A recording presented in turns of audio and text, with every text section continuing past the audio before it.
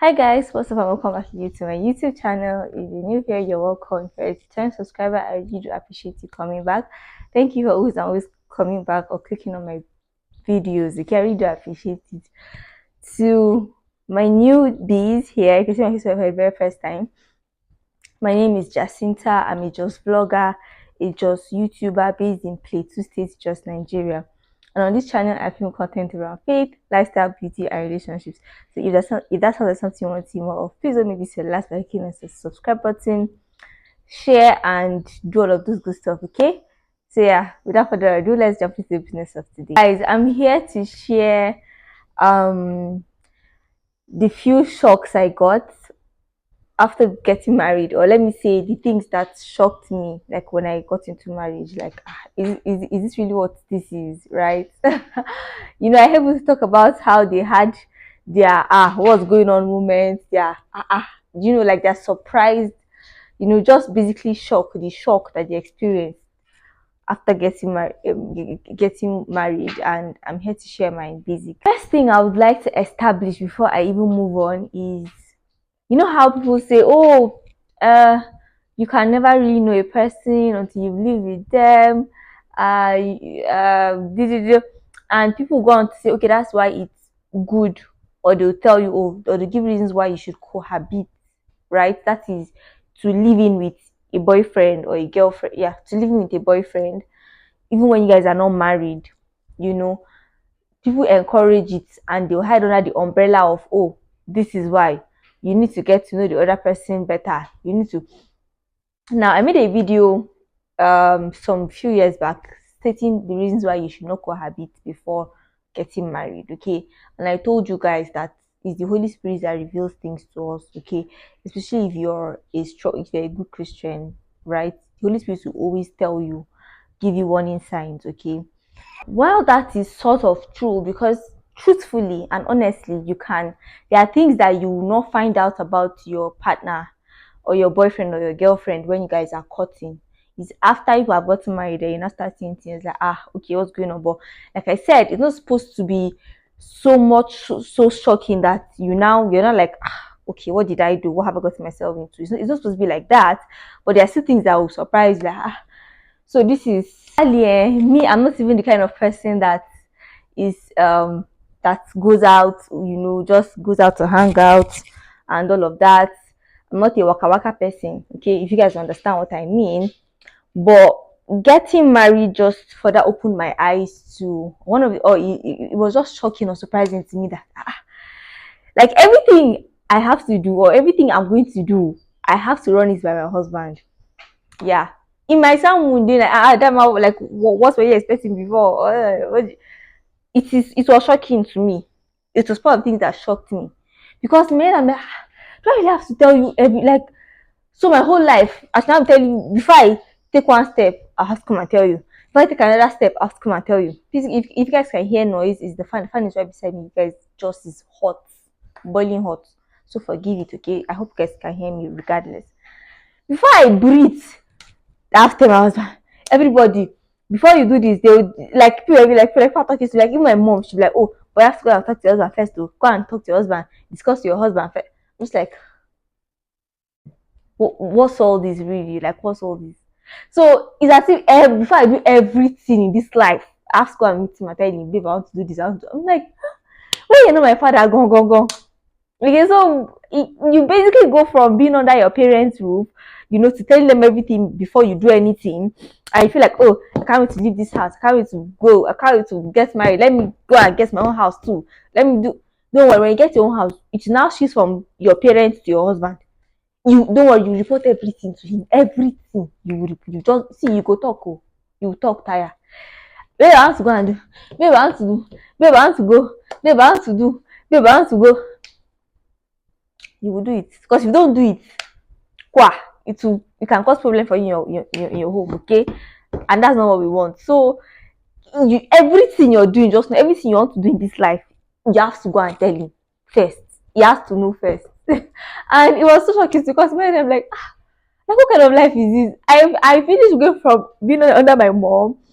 I'm now under my husband. Like you're just going to be under somebody, and just know you have to keep reporting.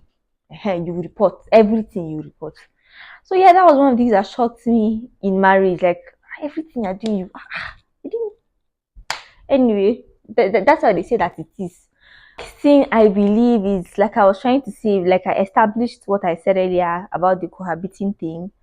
This is where I was driving at. Okay, now in as much as people say, oh, when you guys are dating, like, "Ugh, I know this person in and out. I know this person like back of my palm. I know this person. Da, da, da, da." Don't worry.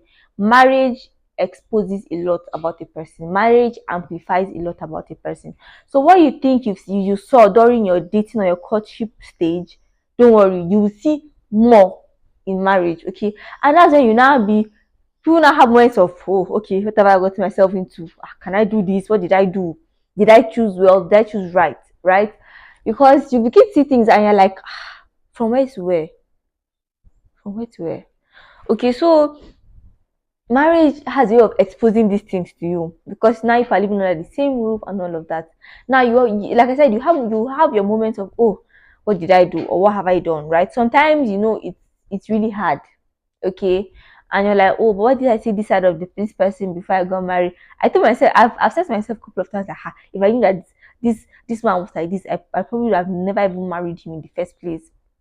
But then I now hear the Holy Spirit tell me, are you the one that sent yourself there? And I'm like, oh, I'm sorry, sir, but you said you can see what he's doing, okay? So you have moments like that, and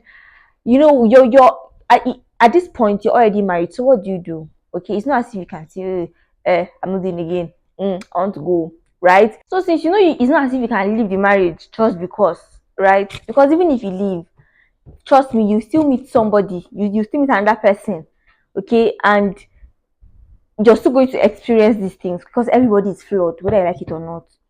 So what do you now do since you're already in the matter now? Nobody say if you carry your things, just they go. Now you have to. That's when you have to now choose again. The first time you are choosing your battles, I believe. Like I always tell you guys here, choose your battles because everybody is flawed. So I believe when you choosing your battles for the first time. So if you not get to this stage, what all you have to now do is what is to choose again. By choosing again, I mean, oh, okay, this person is like this. I've seen so and so about this person. Okay, this person is this person is that. I'm just going to find a way to live with it. Now, which brings me to my next point. You have to communicate everything. Communication can be overemphasized. I've been saying I had preached about these things before I got married, but trust me, you don't really get it until you get there. That's when you understand why people say certain. Even me, I understood it to some certain extent, but after I got married, it just for that reopened another dimension to it all together. Okay, so you might be saying, oh, that's this. When you now get there, you now realize that all these things that you've been preaching about, they are not so easy like that. You see, you have to talk. You have to talk. If talking works for you, you talk. Okay. Some people say, oh, just sweep it under the rug. It's to keep it sufficing. No, don't worry. We've tried it before. So when you see that this person is acting a certain kind of way, doing certain kind of thing, what do you now do, right? The next thing you have to do now, after choosing again, is to now talk about it. Meet your partner. You people should sit down as adults and discuss it. Talk about it. How do you walk around this? How do you move around? And let me just say this here: you cannot change a person. Don't ever try to change your partner. Your partner is your partner. I am me, you are you, right? But compromise is also important. Compromise is important. It doesn't now mean that you should now try to change your partner in the name of compromise. Compromise simply means the two of you meeting at the middle. So don't now use compromise or target compromise when you're now forcing, trying to make the other person be you or act the way you want. Do you understand? So you have to now, compromise. That's meet at the middle, and then talk things out. Okay, don't try to change the other person, please. Okay, if it's something you can adjust, then just try to adjust, but you have to be aware that this person can never be you, right? And I can never be that person. Okay, I feel like that helps you now work with whatever it is you're working with easier. None of you, because both of you are not going anywhere, unless you want to be a divorcee. But yeah, if it's not something that is life threatening, if it's just normal misunderstandings that couples do have, I feel like communication is the way to go. Talk about it. How do you move around it? How do I cope with this? You're feeling such kind of way, you should be able to talk to your partner, right? People should sort it out, settle it, and yeah, just move on from there, okay? And then you as a partner, you should try to avoid things that you know would cause misunderstandings next time, just to drowse or to kill every form of tension whatsoever, okay? I feel like this will go a really long way to helping you. And that's one of the things that shocked me. We have to talk about everything. Everything that I didn't want to talk about, I talk about them. Because I've been trying to avoid them. I figured that they kept spiraling, okay, spiraling or spiraling, whichever one. They kept resurfacing, they kept coming up again and again. I was like, look, you know what? If you have to do a good job, right? If you have to lay good foundation, then you have to demolish and start again, right? And that was what I just did. Even for that I did not want to have, I had to have them in order to move forward for real this time. Okay, so I feel like that's one of the things or that's what you should really consider when you're married. Trust me. Also, there are times where you feel like, oh, and another thing that actually shocks me about marriage is that, ha, you know, there's always somebody in your space. There's always somebody that's going to be in your space, even when you don't want to. See, there are days that you don't feel like talking, you don't feel like, you just want everybody to stress you. In fact, you're not just in the mood. Let everybody just leave you. It's not possible, though. Why? Because there's somebody that is. Do you understand? And you cannot keep carrying face about, if you're moody. It's okay to be moody. Oh. It's part of being a human being. It's okay, right? But now, how you go about it now is where the difference is. Do you just go around being moody and you're making your partner suffer? You're not even trying to communicate or tell him, because me now, I had to learn. If I was not in the mood, I'll tell him, babe, I'm not in the best of moods. She'll be like, oh, do you want space, right? You want space? If I say yes, okay, fine. And you allow me, you let me be until I'm now in the mood to talk or to now start playing and all of that again. Then we'll now continue from where we stopped. And trust me, there's no ill mind, no grudges, nothing of that sort, because we understood each other, and he understood, or he understands that these moods, they come and they go, right? So just try to talk about it rather than trying to punish your partner because of you not bonding. What did I do? What did I not do? It's not good, okay? So that's one of the things that shocked me. You have to show up even when you don't want to. You just have to, somehow you have to deliver even when you don't feel like. You just have to, okay? Because now there's somebody, you're not just living by yourself, you're not living alone. There's someone that you're constantly accountable to. So you have to just, do you understand? And sometimes you even have to keep that your mood aside and attend to your family. Most times you even have to keep it aside and attend to family, because does it now mean that your family will now suffer just because you're having a bad mood or you're having mood?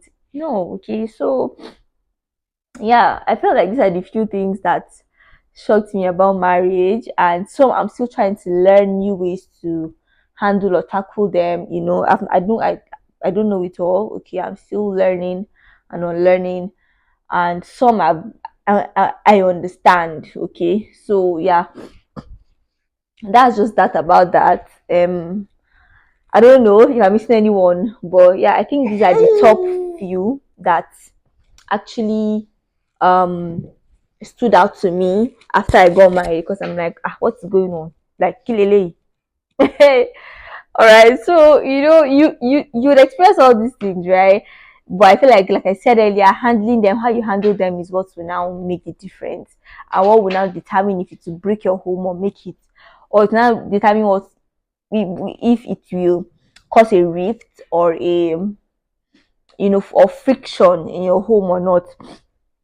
So just be conscious of how you treat people, treat your partner with kindness as much as you can, and all of those good stuff. And that's how I believe God would bless your home.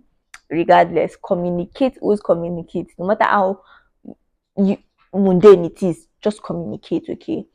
And yeah, for me, that I'm not even seeing my husband since after the birth of this baby. I've not seen him. Okay, so I feel like that too, is still kind of keeps the relationship going, because you don't see this person every day. So you're inclined to getting to know this person more. You're acquainted, getting to know this person, you want to keep in touch and all of that. And when he's around, it's as if, oh, this person is back again. Oh. You're excited when he's around. You guys want to explore more, do more when you guys are in the same space. So it's not as if we are just looking at each other every day, okay? So yeah, even if you are, you can still, make yours work, okay? So yeah, I think I've come to the end of this video. I hope I made sense in this video, please. I hope.